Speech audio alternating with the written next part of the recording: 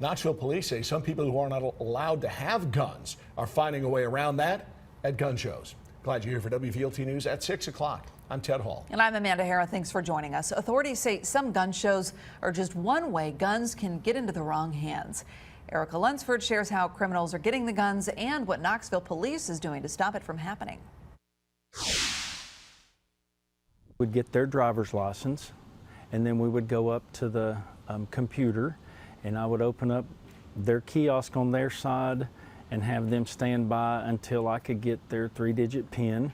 While they're filling that out, I'm running their background through ticks from their driver's license. There's a lot that happens before someone can be approved to buy a gun from Frontier Firearms in Kingston. Shop manager Rod Snyder says those same steps need to be taken at all gun shows. I hadn't been to a gun show in I don't know how long, but it needs to be kind of cracked down on. Lieutenant Josh Schaefer with the Knoxville Police Department is working on doing just that. But what we're there to do is identify people who may be known criminals, people who are known felons, people who are there trying to solicit other people to buy guns on their behalf. At recent gun shows, Schaefer says officers have been conducting more focused operations and putting more people to conduct surveillance, some in plain clothes, while others in plain sight. A couple of operations that we've done at the gun shows, we've been very open and overt, and we've gone to people who are purchasing or who are selling firearms. We've approached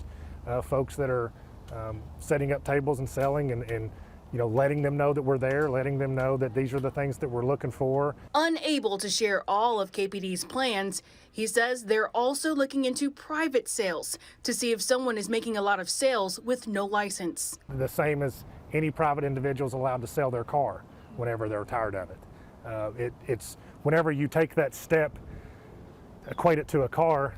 If I'm selling 20 cars in a year, well, I'm not really a private seller. I'm probably operating as an auto dealer at that point, and you're required by law to be licensed if you're an auto dealer. In Knoxville, Erica Lunsford, WVLT News.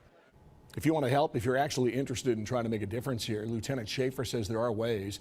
He says if somebody's offering you money to buy a gun for them and you're at one of those gun shows, notify the officers at the show. It's not legal. He also suggests keeping transaction records if you do privately sell guns.